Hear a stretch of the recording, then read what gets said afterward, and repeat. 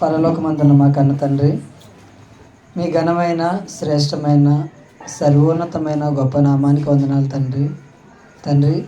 ఈ దినం చూడకుండా ఎంతోమంది మరణించారు తండ్రి. కానీ ఈ దినం వరకు మమ్మల్ని అందరినీ చక్కగా కాపాడినందుకు మీకే కృతజ్ఞతాస్తుతులు తండ్రి. ఈ సాయంకాల సమయాన మీ మాటలు తండ్రి, మీరు రాయించిన దివ్య గ్రంథంలో రాయించిన మాటలు తండ్రి, మీ పిల్లలకు చెప్పాలని ఆశపడుతుండగా తండ్రి, చక్కగా వివరించే జ్ఞానాన్ని నాకు దయచేయండి తండ్రి. ఈ ప్రార్థన యేసుక్రీస్తు వారి శ్రేష్టమైన నామంలో సమర్పించి వేడుకుంటున్నాను తండ్రి. ఆమేన్.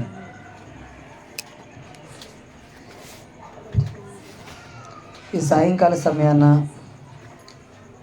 ఒక చక్కటి అంశాన్ని మీ అందరికీ తెలియజేయాలని చెప్పేసి నేను ఆశపడుతున్నానండి. జాగ్రత్తగా ప్రతి ఒక్కరూ కూడా వినవలసిందిగా అందరినీ కోరుతున్నానండి. అంశం పేరు ఏంటి అంటే, బ్రతుకునిచ్చిన దేవుడు బ్రతకడం నేర్పించలేదా? బ్రతుకునిచ్చిన దేవుడు బ్రతకడం నేర్పించలేదా? ఎందుకు ఈరోజు ఈ అంశం గురించి తెలుసుకోవాలి అని అంటే, ఈ అంశం తెలుసుకోవడంలో ప్రాముఖ్యత అనేది పూర్తిగా మనం విన్న తర్వాత అవును ఖచ్చితంగా తెలుసుకోవాలి అని మనకు అర్థమవుతుందండి. అయితే ఎందుకు ఈ పాఠాన్ని యూనివర్సిటీలో ప్రవేశపెట్టడం జరిగింది, ఎందుకు ఈ పాఠాన్ని పెట్టారు అని అంటే, ఈరోజు ఒక వ్యక్తి చేసిన పనిని ఆ వ్యక్తి పేరునే, ఏ వ్యక్తి అయితే చేశారో ఆ వ్యక్తి యొక్క పేరుని కనుక పక్కన పెట్టేసి ఆ వ్యక్తిని గుర్తించలేదనుకోండి, వాళ్ళు చాలా బాధపడుతూ ఉంటారు. ఫర్ ఎగ్జాంపుల్, ఒకరు మంచి ఇల్లు కట్టారనుకోండి, ఆ ఇల్లు కట్టడానికి ప్రధానంగా ఎవరైతే బాధ్యత తీసుకొని ప్రతి ఒక్క విషయంలో కష్టపడి పని చేశారనుకోండి, ఆ పని చేసిన వారిని పక్కన పెట్టేసామనుకోండి, వాళ్ళు ఎంత బాధపడతారు. అయ్యో, ఇదంతా చేసింది నేనే కదా, దీని అంతటికి ప్రారంభం నేనే కదా, నేనే చేయడం వల్ల ఎంత చక్కగా అయింది, కానీ ఈరోజు నాకు గుర్తింపు లేకుండా పోయిందని ఆ వ్యక్తి ఎంతో బాధపడుతూ ఉంటారు. అయితే మరి ఈరోజు ఈ అంశాన్ని పెట్టడానికి గల కారణం ఏంటి అంటే, ఈరోజు శాస్త్రవేత్తలైన వారు, చరిత్రకారులు, వీరందరికీ సవాలు చేసే ఒక చక్కటి పాఠం అండి ఈ పాఠం. అయితే ఈ శాస్త్రవేత్తలైన వారు, చరిత్రకారులైన వారు ఏం చెబుతున్నారు అని అంటే, పరిణామ సిద్ధాంతాన్ని శాస్త్రవేత్తలు నమ్మి తన బ్రతుకును నేర్చుకున్నారు. అలా అంచెలంచెలుగా ఎదుగుతూ మనిషి అభివృద్ధి చెందాడు అని చెప్తున్నారండి. మరి ఈ పరిణామ సిద్ధాంతం అంటే ఏంటి? ఈ పరిణామ సిద్ధాంతం అంటే ఏంటి అని అంటే, మనిషి కోతి నుంచి అలా అభివృద్ధి చెందుకుంటూ వచ్చాడు.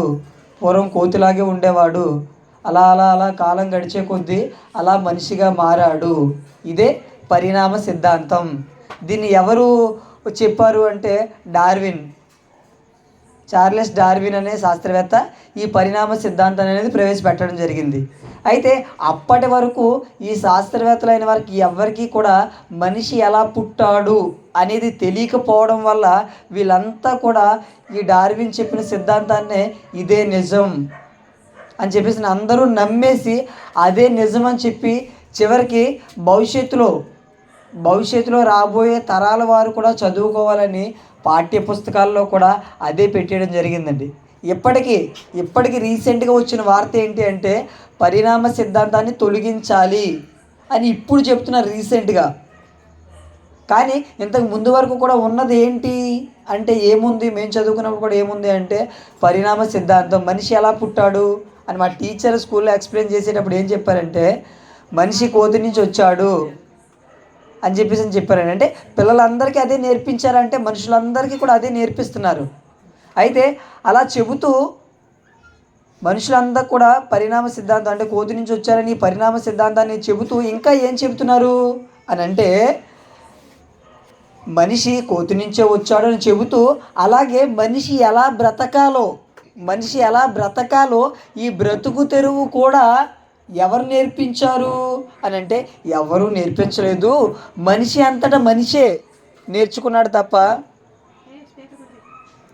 మనిషి అంతటా మనిషే నేర్చుకున్నాడు తప్ప ఎవరు కూడా నేర్పించలేదు, దాని వెనక ఎవరూ లేరు అని చెప్పి ఈరోజు ఈ చరిత్రకారులైన వారు, ఈ శాస్త్రవేత్తలైన వారు కూడా చెప్పడం జరుగుతుందండి.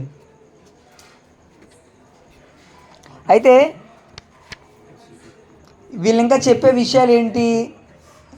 ఈరోజు మన పాఠం ఏంటి అంటే, బ్రతుకునిచ్చిన దేవుడు బ్రతకడం నేర్పించలేదా అంటే, బ్రతుకునిచ్చిన దేవుడు ఎవరో ఆయనే బ్రతకడం కూడా నేర్పించారు అని నిరూపించే చక్కటి పాఠం అండి. అయితే ఇంకా ఈ శాస్త్రవేత్తలైన వారు, ఈ చరిత్రకారులు చెప్పే విషయాలు ఏంటి అని అంటే, మనిషి కోసం అసలు ప్రారంభ మనిషికి అంటే మొట్టమొదటి మనిషికి, చదువుకునే భాషలో చెప్పాలంటే ఆది మానవుడికి, ఈ ప్రారంభ మనిషికి అసలు వ్యవసాయమే తెలియదు, పంటను ఎలా పండించాలో తెలియదు. తర్వాత ఆకులు అలములు, ప్రారంభంలో మనిషి ఆకులు అలములు తినేవాడు. ఆ తర్వాత పచ్చి మాంసం తినేవాడు. ఆ తర్వాత కొంతకాలం అయ్యేసరికి ఏమైందంటే, అడవులు కొన్నిసార్లు తగలబడిపోయినప్పుడు ఆ మంటల్లో కొన్ని జంతువులు కూడా కాలిపోతే, అంటే ఆ కాలిపోయిన జంతువుల మాంసాన్ని తినేవాడు. దాని ద్వారా అంటే జంతువులను వేటాడి దాన్ని కాల్చుకొని తినాలి అని నేర్చుకున్నాడు. అలాగే వేటాడడం నేర్చుకున్నాడు, జంతువులు వేటాడాలి అని నేర్చుకున్నాడు అని చెప్తున్నారు. అలా ఇంకా ఏం చెప్తున్నారు అంటే, వ్యవసాయం విషయంలో ప్రారంభంలో మనిషి ఎక్కడైతే ధాన్యం దొరుకుతుందో ఆ ప్రాంతానికి వెళ్ళిపోయేవాడు. అక్కడ ధాన్యం అంతా ఉన్నప్పుడు అది అయిపోయినంత వరకు కూడా ఆ ధాన్యాన్ని తిని అయిపోయిన తర్వాత మరొక ప్రాంతానికి వెళ్ళేవాడు. అదేవిధంగా అలా కాలక్రమేణా కొన్ని రోజులు గడిచే కొద్దీ పనిముట్లు, ప్రతి వస్తువులు చేయడానికి కొన్ని పనిముట్లు కావాలి కదా, ఆ పనిముట్లు అనేవి తయారు చేసుకునేవారు. దాన్ని బట్టే వృత్తులు అనేవి వచ్చాయి అని చెప్తున్నారండి. అయితే ఈరోజు శాస్త్రవేత్తలైన వారు, ఈ చరిత్రకారులు ఏం చేశారు అని అంటే, అసలు ఈ బ్రతుకునిచ్చింది ఎవరు, ఈ బ్రతకడం నేర్పించింది ఎవరు అని అంటే, వాస్తవానికి దీని వెనక ఉన్నది ఎవరో వారిని పక్కన పెట్టేసి ఏంటి అసలు ఈ బ్రతుకునిచ్చింది ఎవరు అని అంటే మనందరికీ కూడా తెలుసు. ఈ బ్రతుకునిచ్చింది ఎవరు అంటే, ఈ భూమి మీద మనుషులందరికీ ఈ బ్రతుకునిచ్చింది సాక్షాత్తు మన కన్న తండ్రి అయిన దేవుడు. బ్రతుకునిచ్చిన దేవుణ్ణే పక్కన పెట్టేశారా అంటే పక్కన పెట్టేశారు. మనిషి కోతి నుంచి వచ్చాడు అని చెప్పేశారు. దాంతోపాటు ఇంకా ఏం చెప్పారు అంటే, ఈ మనిషి బ్రతకడం కూడా తనంతటా తానే నేర్చుకున్నాడు తప్ప ఇందులో కూడా దేవుని ప్రమేయం ఏమీ లేదు అని, అసలు మనిషి మధ్యలో ఏదైతే ఉంచాలో ఏదైతే నేర్పించాలో దానినే పూర్తిగా పక్కన పెట్టేసి, దేవుని యొక్క స్థానాన్ని మనిషి మధ్యలో పెట్టకుండా మనిషి మెదిలో నుంచి, మనుషుల హృదయాల్లో నుంచి దేవుణ్ణి పక్కన పెట్టేశారండి. ఇప్పుడు దేవుడు ఎంత బాధపడతారండి? ప్రారంభంలో నేను అందుకే ఉదాహరణ చెప్పాను. ఒక ఇంటి కోసం ఎంతో కష్టపడిన ఆ ప్రాముఖ్యమైన వ్యక్తిని మనం పక్కన పెట్టేస్తే ఆ వ్యక్తి ఎంత బాధపడతాడు?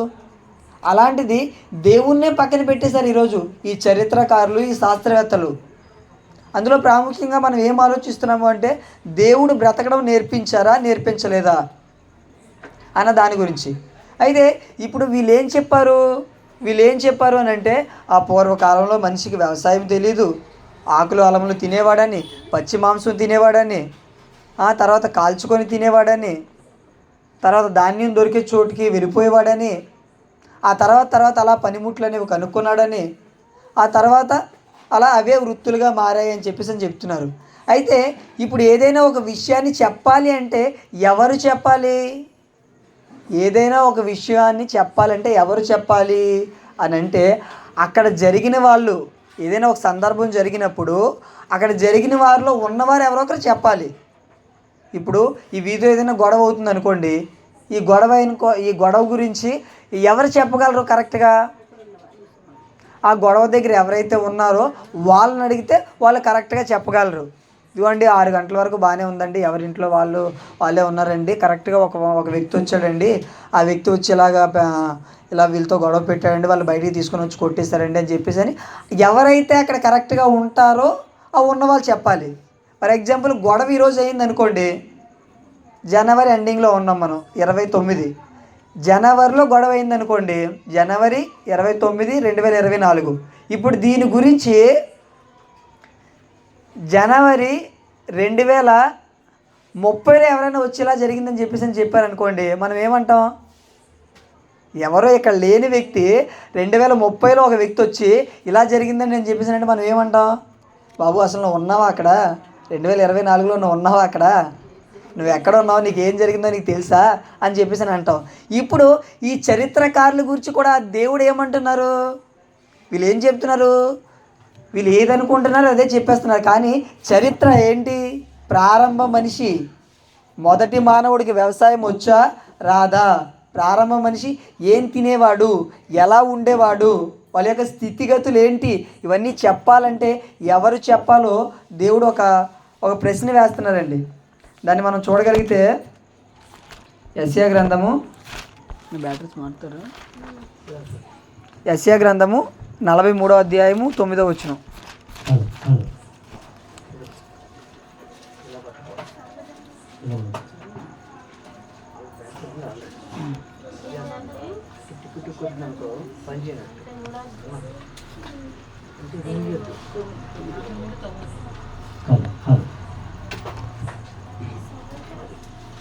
యెషయా గ్రంథము 43వ అధ్యాయము 9వ వచనం. సర్వజనులారా గుంపు కూడి రండి, జనములు కూర్చబడవలెను, వారిలో ఎవరు ఇట్టి సంగతులు తెలియజేతురు, పూర్వకాలమున జరిగిన వాటిని ఎవరు మాకు వినిపింతురు. చాలు. ఇక్కడ చూడండి, యెషయా గ్రంథము 43వ అధ్యాయము 9వ వచనం.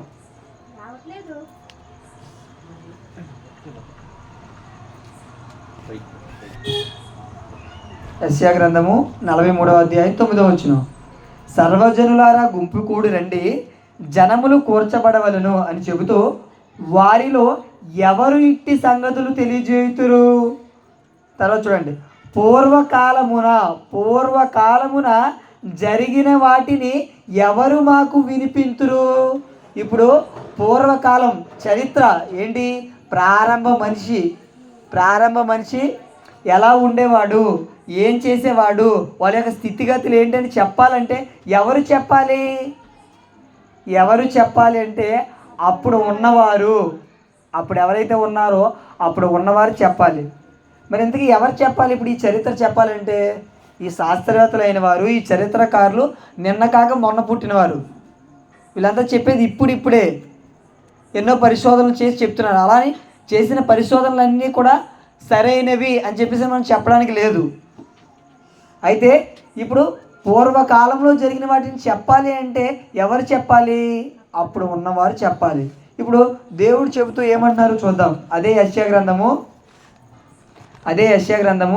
46వ అధ్యాయం 10వ వచనం. యెషయా గ్రంథము 46వ అధ్యాయము 10వ వచనం. నా ఆలోచన నిల్చుననియు నా చిత్తమంతయు నెరవేర్చుకొనిదనియు చెప్పుకొనుచు ఆది నుండి నేనే కలుగబోవు వాటిని తెలియజేయుచున్నాను. పూర్వకాలము నుండి నేనే ఇంకా జరుగు వాటిని తెలియజేయుచున్నాను. మనకి ఇందాక చదువుకున్న మాటలో ఒక ప్రశ్న వచ్చింది. ఏంటి అంటే పూర్వకాలం జరిగిన సంగతులు చెప్పాలంటే ఎవరు చెప్తారు అన్న ప్రశ్న వచ్చింది. ఇప్పుడు ఆన్సర్ ఏముంది? ఆది నుండి నేనే కలుగబో వాటిని తెలియజేయుచున్నాను. అంటే ఆది అనగా ప్రారంభం నుంచి కూడా ఏం జరిగిందో ఎవరు తెలియజేస్తున్నారట? దేవుడే తెలియజేస్తున్నారట. తర్వాత పూర్వకాలము నుండి నేనే ఇంకా జరుగని వాటిని తెలియజేయుచున్నాను. అంటే సింపుల్గా చెప్పాలి అంటే జరిగినది, భూతకాలంలో జరిగినది, వర్తమాన కాలంలో జరుగుతున్నది, జరగబోయేది, ఈ మూడు చెప్పాలి అంటే ఒకే ఒకరు చెప్పగలరు. ఎవరు అంటే దేవుడు చెప్పగలరు. ఎందుకంటే దేవుడు అంటే ఆయనకి ఆది అంతము లేదు. మనుషులు పుట్టక ముందు నుంచి ఉన్నారా? ఉన్నారు. మరి చెప్పే ఈ చరిత్రను చెప్పే శాస్త్రవేత్తలు కానివ్వండి, లేదంటే ఈ చరిత్రకారులు కానివ్వండి, వీళ్ళు ఎప్పుడు ఉన్నారు? అప్పుడు ఉన్నారా? ఆదాము గారు పుట్టిన కాలంలో ఎవరైనా చరిత్రకారులు ఉన్నారా? శాస్త్రవేత్తలు ఎవరైనా ఉన్నారా? ఎవ్వరూ లేరు. మరి అప్పుడు ఆదాము గురించి వీళ్ళకెలా తెలుసు? భూమి మీద మనం ఏదైనా ఒక సందర్భం చెప్పేటప్పుడే నువ్వు ఉన్నావా, నువ్వు చూసావా, నువ్వు విన్నావా అని అడిగి వాళ్ళు ఉంటేనే మనం నమ్ముతాం. అది ఎంత వాస్తవమో ఇక్కడ కూడా మరి ఈరోజు ఈ చరిత్ర చెప్పాలంటే ఎవరు చెప్పాలి? దేవుడే చెప్పాలి. మరి ఇంతకీ బ్రతుకునిచ్చిన దేవుడు బ్రతకడం నేర్పించారా లేదో మనం తెలుసుకోవచ్చండి. వీళ్ళు చెబుతూ ఈ చరిత్రకారులు ఏం చెప్పారని తెలుసుకున్నాము. అసలు ఆది మానవుడికి వ్యవసాయమే తెలియదు అని చెప్పారు. మరి ఇంతకీ ప్రారంభ మానవుడికి వ్యవసాయం తెలుసా అనే ఈ ప్రశ్నకు బైబుల్ ఏం సమాధానం చెప్తుంది, దేవుడు ఏం సమాధానం చెప్తున్నారో మనం ఒకసారి చూద్దాం. ఆదికాండము 2వ అధ్యాయము 15వ వచనం. ఆదికాండము 2వ అధ్యాయము 15వ వచనం మనం చూడగలిగితే, మరియు దేవుడైన యెహోవా నరుని తీసుకొని ఏదెను తోటను సేద్యపరచుటకును దాని కాచుటకును దానిలో ఉంచెను. మరియు దేవుడైన యెహోవా నరుని తీసుకొని, అంటే ఈ సందర్భం మనకు తెలుసు. ఎవరిని తీసుకొని? ఆదాము గారిని చేశారు. ఆదాముని చేసిన తర్వాత దేవుడు ఏం చేస్తున్నారట? ఆదాము గారిని తీసుకొని ఏదెను తోటను సేద్యపరుచుటకు అనగా వ్యవసాయం చేయడానికి ఏం చేశారట? దాన్ని కాచుటకు దానిలో ఉంచెను. ప్రారంభ మానవుడికి, మొట్టమొదటి మనిషి అయిన ఆదాముకి వ్యవసాయం తెలుసు అని బైబుల్ చెబుతుంది. ప్రారంభ మానవుడికి వ్యవసాయం తెలుసు అని బైబుల్ చెబుతుంది. కానీ ఈరోజు చరిత్రకారులు ఏమన్నారు? అసలు ప్రారంభ మానవుడికి వ్యవసాయమే తెలియదు అని అంటున్నారు. కానీ వాళ్ళు చెప్పేది తప్పు అని దేవుడు చెప్తున్నాడు. అదేవిధంగా మరి ప్రారంభ మానవుడు కానివ్వండి, ఆ తర్వాత వచ్చిన మానవుడు కానివ్వండి, వీళ్ళకి వ్యవసాయం ఎలా తెలుసు? వీళ్ళకి ఎలా చేయాలో ఎవరు తెలియజేశారు?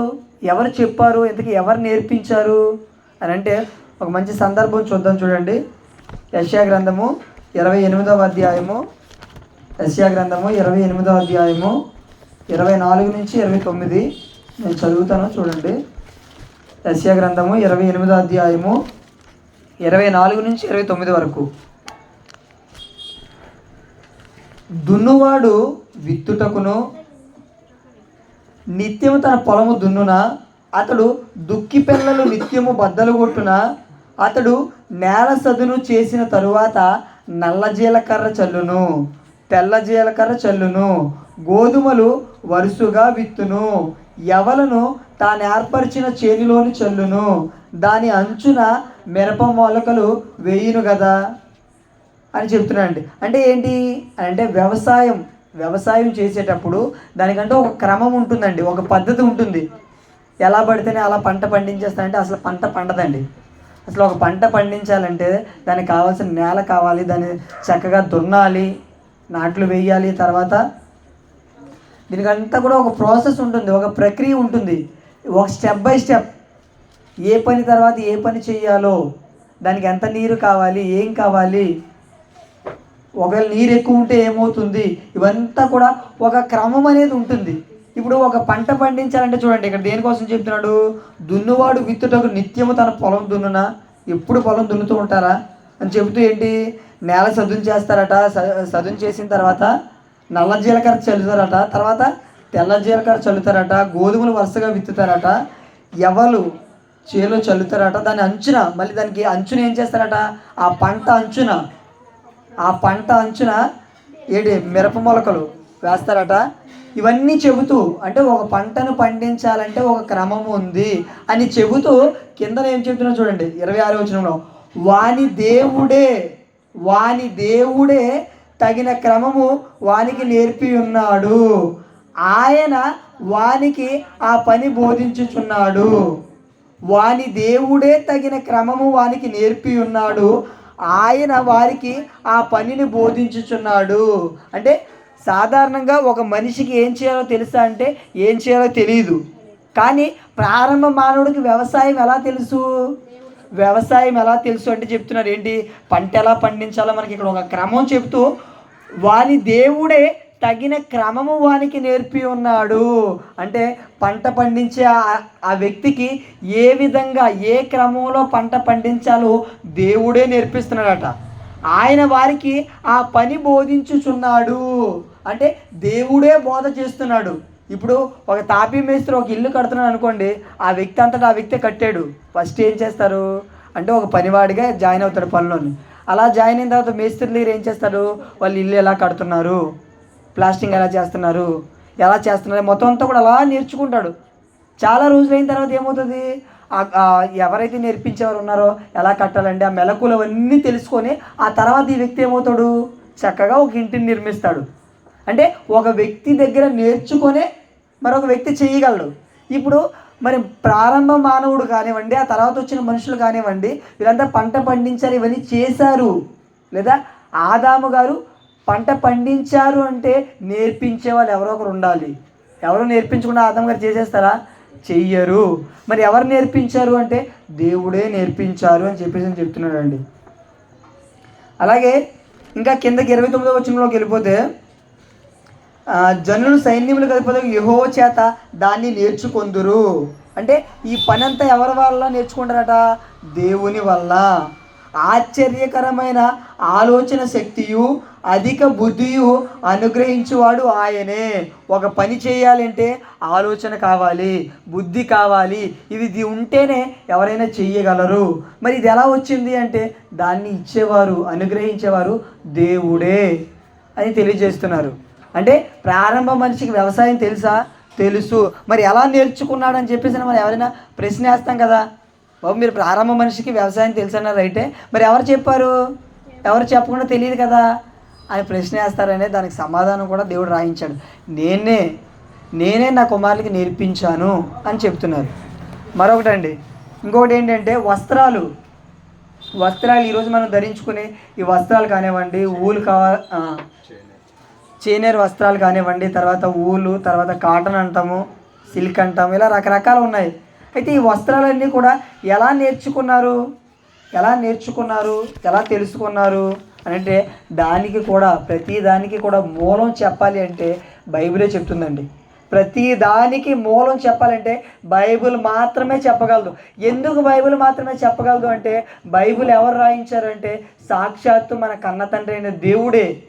ఏ దేవుడైతే ఈ సృష్టిని కలిగించారో, ఏ దేవుడైతే ఈ విశ్వాన్ని చేసి మనిషిని పెట్టి మనిషికి కావాల్సిన వాటి అన్నింటినీ సమకూర్చారో ఆయనే రాయించిన గ్రంథం. కాబట్టి ప్రతి దానికి మూలం బైబిల్లో ఉంటుంది. అయితే ఈ వస్త్రాలు అసలు ఎక్కడ ప్రారంభమయ్యాయి దాని గురించి మనం చూడగలిగితే, దీని యొక్క మూలాన్ని మనం చూడగలిగితే ఆదికాండము 3వ అధ్యాయము 21వ వచనం. ఆదికాండము 3వ అధ్యాయము 21వ వచనం. దేవుడైన యెహోవా ఆదామునకును అతని భార్యకును చర్మపు చొక్కాయిలను చేయించి వారికి తొడిగించెను. చూడండి, మళ్ళీ నేను చదువుతున్నాను ఒకసారి. ఇందులోనే ఒక గొప్ప విషయం ఉంది, జాగ్రత్తగా వినండి. దేవుడైన యెహోవా ఆదామునకును అతని భార్యకును చర్మపు చొక్కాయిలను చేయించి వారికి తొడిగించెను. ఈ సందర్భం మనకు తెలుసు ఏంటి అంటే ఆదాము అవ్వలు దేవుడిచ్చిన ఆజ్ఞను అతిక్రమించిన తర్వాత, వాళ్ళకి సిగ్గంటే ఏంటో తెలిసిన తర్వాత, వీళ్ళు ఆకులను కచ్చడాలుగా కుట్టి చేసుకున్న తర్వాత అవి ఎండొచ్చిన తర్వాత ఏమవుతాయి, మొత్తం అయితే ఎండిపోతాయి, వాడిపోతాయి. అందుకని దేవుడు దాన్ని చూసి ఏం చేశారంటే చర్మపు చొక్కాయలు ఏం చేశారట, చర్మపు చొక్కాయలను చేయించి. ఎవరితో చేయించారు? ఆదాము అవ్వలతోనే. దేవుడైన యెహోవా ఆదామునకును అతని భార్యకును చర్మపు చొక్కాయలను చేయించి వారికి తొడిగించానంటే ఈరోజు మనం వేసుకునే ఈ బట్టలు దీనికంతా ప్రారంభంలో ఏంటి అంటే ఇలాంటివి లేవు. చర్మపు చొక్కాయలు ప్రారంభంలో వేసుకున్నారు. అయితే ఎవరు వేసుకున్నారు? ఆదాము హవ్వలు వేసుకున్నారు. వాళ్ళు వేసుకోవడానికి మరి ఎలా వచ్చాయి అంటే దేవుడు వారి ద్వారానే చేయించాడు. అంటే చర్మపు చొక్కాయులను ఎలా చెయ్యాలో ఆదాము అవ్వలకి దేవుడు తెలియజేశారు. దేవుడు తెలియజేసిన ప్రకారంగా వాళ్ళు ఏం చేశారు? చేసి వేసుకున్నారు. అంటే ప్రారంభ మనుషులకి తెలుసా వస్త్రాలు ఎలా చేయాలో తెలుసు. ఈరోజు వస్త్రాల విషయంలో మనం చూడండి, చాలా రకరకాల వస్త్రాలు, రకరకాల చేనేత వస్త్రాలు కానివ్వండి, తర్వాత అల్లికలు కానివ్వండి, చాలా ఫేమస్ ఉన్నాయి. ఉప్పాడ, గద్వాల్, ఇంకా చాలా రకరకాల, పోచంపల్లి, చాలా రకరకాలుగా ఇవన్నీ ఉన్నాయి. అంటే ఈరోజు ఇంత రకాలుగా చేస్తున్నారు, ఇన్ని రకాలుగా చేస్తున్నారంటే వీటన్నిటికీ మూలం వెళ్తే ఆదాము అవ్వలకి ఎవరు నేర్పించారు? దేవుడు నేర్పించారు. అలాగే మూడో విషయంగా ఈరోజు రకరకాల పనులు ఉన్నాయి. ఏంటంటే ఒక కొండలు చేయడం కానివ్వండి, ఒక చేపలు చేయడం కానివ్వండి, ఒక ఇంటిని నిర్మించడం కానివ్వండి, ఒక శిల్పాలు అందంగా చెక్కడం కానివ్వండి, ఇలా రకరకాల పనులు చేయడానికి మూలం ఎవరు అంటే దాని గురించి కూడా బైబిల్ చెప్పిందండి. నిర్గమాకాండము 35వ అధ్యాయము, నిర్గమాకాండము 35వ అధ్యాయము 30వ వచనం నుంచి.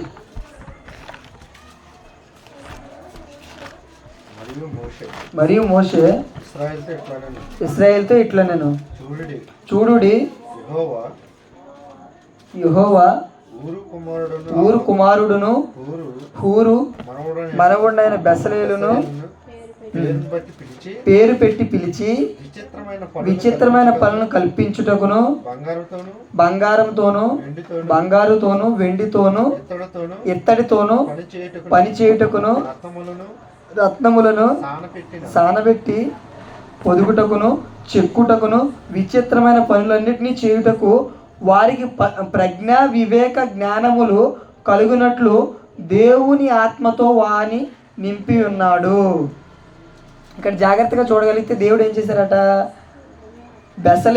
బెసలేలు పేరు పెట్టి పిలిచట బంగారుతోను వెండితోను ఇత్తడితోను పని చేయడానికి, అలాగే రత్నాలను సానబెట్టి పొదగడానికి, అలాగే చెక్కు పని కానివ్వండి, విచిత్రమైన పనులన్నీ చేయడానికి వారికి ఏం కావాలి? ప్రజ్ఞ వివేక జ్ఞానములు. అంటే వాళ్ళకి ప్రజ్ఞ కావాలి, వివేకం కావాలి, జ్ఞానం కావాలి. ఇవన్నీ కలగడానికి ఏం చేశారట? ఇవన్నీ కలుగునట్లు దేవుని ఆత్మతో వాని నింపి ఉన్నాడు. అంటే ఒక వ్యక్తి ఒక పని కరెక్ట్గా చక్కగా చేయాలంటే వాళ్ళకి ఏం కావాలంటే జ్ఞానం కావాలి, ప్రజ్ఞ కావాలి, వివేకం కావాలి. అయితే ఈ వ్యక్తికి, బెసలేలు అనే వ్యక్తికి ఇవన్నీ చేయడానికి ఏం చేశారట? దేవుని ఆత్మతో ఆ వ్యక్తిని నింపారటండి.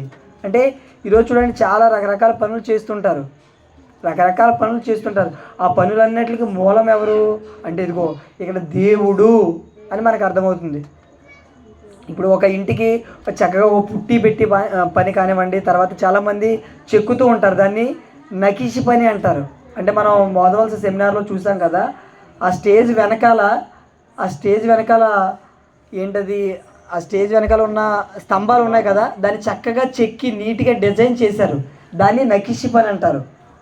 అంటే చాలా చక్కగా ఒక అందమైన పని చేయాలంటే దానికి ఏం కావాలి? అందరూ చేయలేరు అది. దానికి ప్రజ్ఞ వివేకం జ్ఞానం కావాలి. అది కావాలి అని అంటే ఎవరిచ్చారు అంటే దేవుడే దయచేసినట్లుగా మనకు కనిపిస్తుంది. అంటే ఈరోజు మనుషులు చేసే వివిధమైన పనులకు మూలం ఎవరు అంటే దేవుడు అని మనకు అర్థమవుతుంది.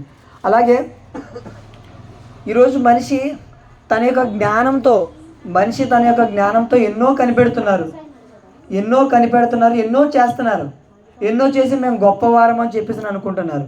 అయితే మనిషి కనిపెట్టడానికి జ్ఞానం కావాలి. అయితే ఈ జ్ఞానాన్ని ఇస్తున్నది ఎవరు అంటే మనం బైబిల్లో చూడగలిగితే యోబు గ్రంథం 38వ అధ్యాయము 36వ వచనం. యోబు గ్రంథము 38వ అధ్యాయము 36వ వచనం. 38-36. అంతరింద్రియములలో జ్ఞానముంచిన వాడెవడు? హృదయమునకు తెలివినిచ్చిన వాడెవడు? అంతరింద్రియములకు జ్ఞానం ఇచ్చిన వాడెవడు? హృదయమునకు తెలివినిచ్చిన వాడెవడు? అంటే అంతరింద్రియములో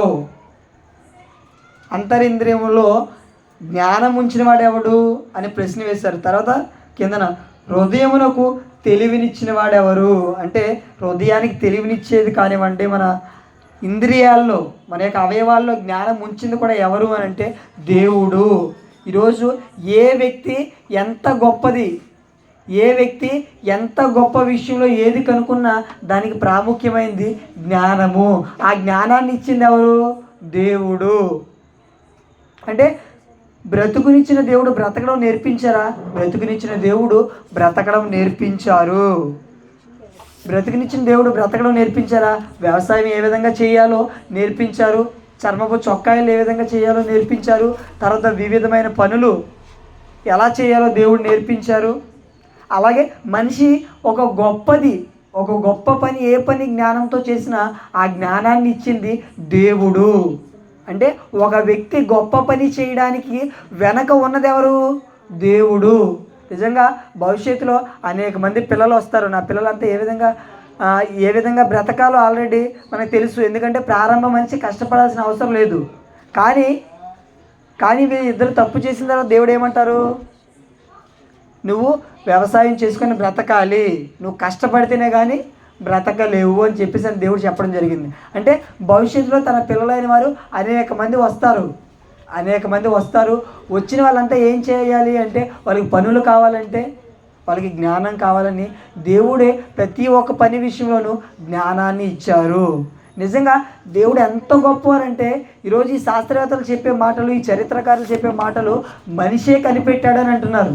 మనిషి కాదు, దేవుడే, బ్రతుకునిచ్చిన దేవుడే బ్రతకడం నేర్పించారు. నిజంగా దేవుడు ఎప్పటి నుంచి ఆ జ్ఞానాన్ని ఇచ్చారో ఒక చక్కటి సందర్భాన్ని మనం చూడగలిగితే యెషయా గ్రంథము 28వ అధ్యాయము 9వ వచనం. యెషయా గ్రంథము 28వ అధ్యాయం 9వ వచనం. వాడు ఎవరికి విద్య నేర్పును? యెషయా గ్రంథము 28వ అధ్యాయం 9వ వచనం. వాడు ఎవరికి విద్య నేర్పును? ఎవరికి వర్తమానం తెలియజేయును? తల్లి పాలు విడిచిన వానిక, చన్ను విడిచిన వానిక? చూడండి, ఇక్కడ ఈరోజు ఏం చేస్తున్నారంటే ఈ చదువులో కూడా వీళ్ళు ఏం చెప్తున్నారు? దేవుణ్ణి అసలు పక్కన పెట్టేసి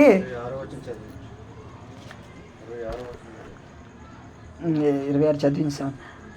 ఈరోజు వీళ్ళు ఏం చెప్తున్నారు అంటే మనిషి దేవుని గొప్పతనం అంటే ఏదీ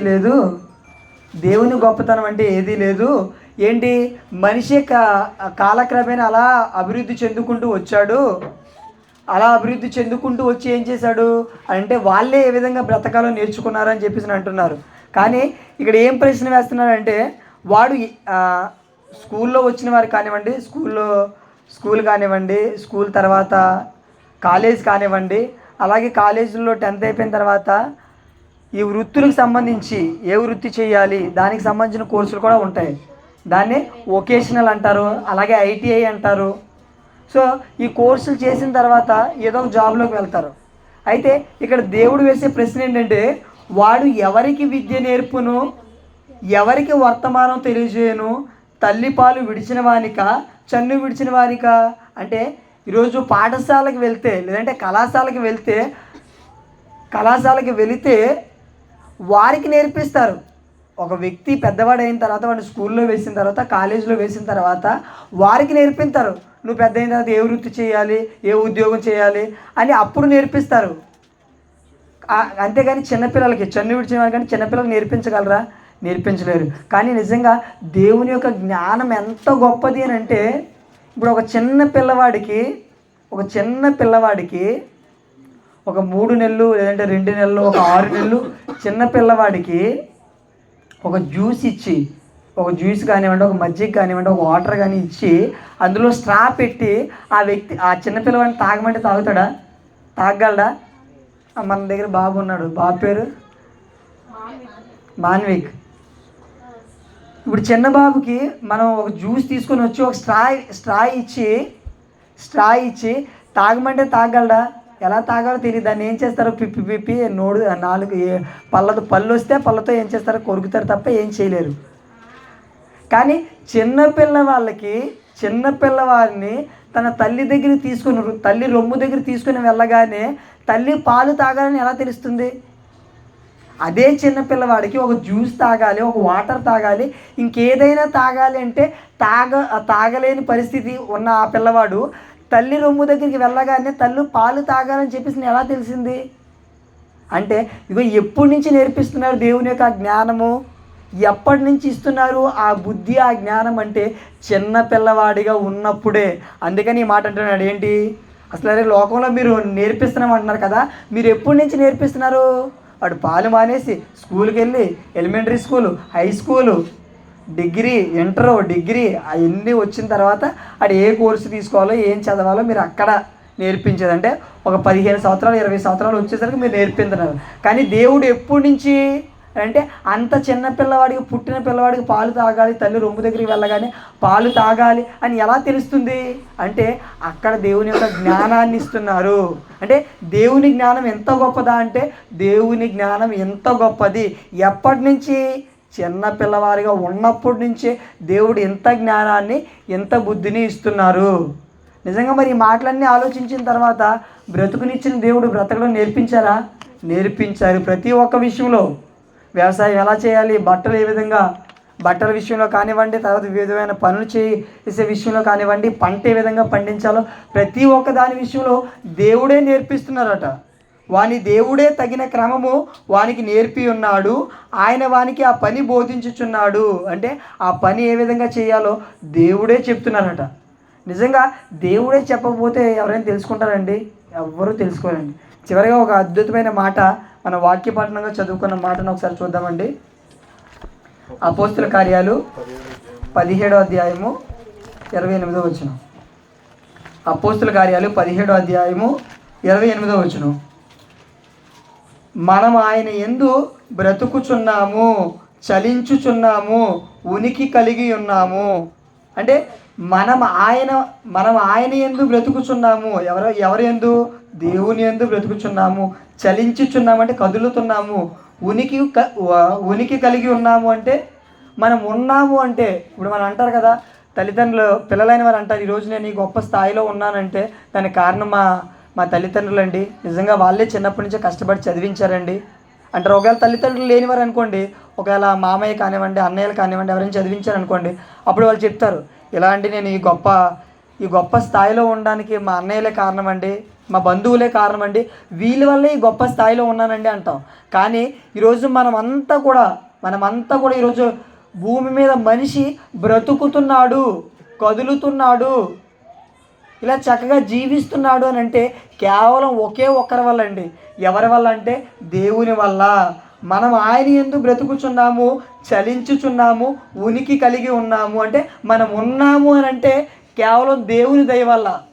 అంటే ఈరోజు మనిషి భూమి మీద ఉన్నాడు అని అంటే కేవలం దేవుని దయ వల్ల మనిషి ఉంటే ఆ దేవుని స్థానాన్నే ఈరోజు ఈ చరిత్రకారులు, ఈ శాస్త్రవేత్తలు, ఈ శాస్త్ర ప్రపంచం దేవుణ్ణే పక్కన పెట్టేశారు.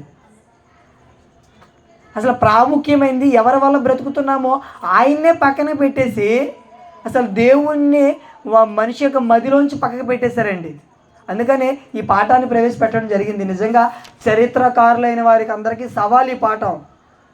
చరిత్రకారులైన వారు గొప్పవారు అనుకున్న వాళ్ళు మోకాలు వేయించి చెప్పాలి మనం, అరే బుద్ధిహీనుడా కూర్చో ఇక్కడ, నువ్వేం చెప్పావు, వ్యవసాయం ఏంటి, ఎప్పుడో కాలక్రమేణా ప్రారంభ మనిషికి తెలియదు అన్నావు, కానీ ప్రారంభ మనిషికి తెలుసు అని మనం ఏం చేయాలంటే వాళ్ళ మోకాలు వేయించి మనం చెప్పాలి ఒక టీచర్గా. అంత గొప్ప జ్ఞానాన్ని బైబిల్లో దేవుడు మనకు రాయించారండి. నిజంగా ఈరోజు మనం బ్రతుకుతున్నామంటే నిజంగా 100% దేవుని వల్లే అండి, 100% దేవుని వల్లే. మనకు తెలిసిన ఒక సందర్భం చెప్పి ముగించేస్తానండి. ఈరోజు మనం బ్రతకాలి అంటే మనకి గాలి కావాలి, నీరు కావాలి, ఆహారం కావాలి, ఆరోగ్యం కావాలి, ఇవన్నీ కావాలి. ఇందులో ఏది లేకపోయినా మనం చక్కగా బ్రతకలేము. నిజంగా ఇందులో ఒకదాని గురించి కరోనా సమయంలో ఏం జరిగిందండి, చాలామంది చనిపోయారు. ఏమి లేకుండా చనిపోయారు అంటే కరోనా వచ్చి ఆక్సిజన్ అంటే గాలి లేక చనిపోయారు. అంటే గాలి లేకపోతే మనిషి చనిపోతాడు. మరి ఈరోజంతా మనము ఆ కరోనా సమయంలో ఎన్నో వేలు పెట్టి ఒక సిలిండర్ వేలు పెట్టి కొనుక్కున్నారు ఒక వ్యక్తిని బ్రతికించడానికి. అలాంటిది రోజంతా మనం చక్కగా ఎక్కడైనా కొనుక్కుంటున్నామా? ఎక్కడా కొనుక్కోవట్లేదు. చక్కగా చక్కగా గాలి పీల్చుకుంటున్నాము, మంచి గాలి పీల్చుకుంటున్నాము, మంచి నీరు త్రాగుతున్నాము, మంచి ఆహారాన్ని తీసుకుంటున్నాము, ఆరోగ్యం కలిగి చక్కగా ఉన్నాము, అన్ని పనులు చేసుకుంటున్నామంటే ఎవరి దయ వల్ల? దేవుని దయ వల్ల అండి. నిజంగా ఎంత దేవుని దయ వల్ల బ్రతుకుతున్న మనిషి వాళ్ళ యొక్క జీవితంలో దేవుని గురించి ఏమైనా ఆలోచిస్తున్నారా అంటే దేవుని గురించి ఏమీ ఆలోచించట్లేదండి. దేవుని గురించి ఏమీ ఆలోచించట్లేదు. ఈ శాస్త్ర ప్రపంచం అసలు దేవుణ్ణే సైడ్ చేస్తారు. దేవుని పాత్రనే ప్రాముఖ్యమైన పాత్ర చేసింది ఆయనే, బ్రతుకునిచ్చింది ఆయనే, బ్రతకడం నేర్పించింది ఆయనే. అయితే ఆయనే పక్కన పెట్టేశారు. నువ్వు సైడ్కి వెళ్ళిపో అని చెప్పేసాను. ఆయన్నే పక్కన పెట్టేసి ఇష్టానుసారంగా బ్రతుకుతున్నామండి. నిజంగా మనం బ్రతుకుతున్నామంటే ఆయన దయ వల్లే బ్రతుకుతున్నాం, ఆయన కృప వల్లే బ్రతుకుతున్నాం. ఎంతోమంది చనిపోతున్నారు, కానీ మనం మాత్రం బ్రతికి ఉన్నామంటే ఆయన వల్లే మనం బ్రతుకున్నాం. మరి ఎందుకు బ్రతుకుంచారండి? ఏ కారణం లేకుండా బ్రతుకుంచుతారా అంటే కాదండి. మనం ఆయన కొరకు బ్రతకాలి, ఆయన కొరకు బ్రతకాలి, ఆయన మాటలు అనేకులకి చెప్పాలి, అనేకులు ఆయన వద్దకు తీసుకొని రావాలి. ఇదిగో మనకు బ్రతుకునిచ్చిన దేవుడు. మనం చివరికి మనం ఏ విధంగా బ్రతకాలో కోటి విద్యలు అని అంటున్నారు. ఆ కోటి విద్యలు కావాల్సిన జ్ఞానాన్ని ఇచ్చింది ఆయనే. కాబట్టి ఆయన గురించి మనం బ్రతకాలి, ఆయన గురించి ఇతరులకు చెప్పాలి. కాబట్టి ఈ మాటల ప్రకారంగా మళ్ళీ బ్రతికిస్తున్నారు అని అంటే, ఈ క్షణం వరకు మళ్ళీ బ్రతికిస్తున్నారంటే ఆయన పని కొరకే బ్రతికిస్తున్నారని మనం అందరం గ్రహించాలని కోరుకుంటూ ఈ మాటలు ముగిస్తున్నాను అండి. కళ్ళు మూసుకోండి, ప్రార్థన చేసుకుందాం.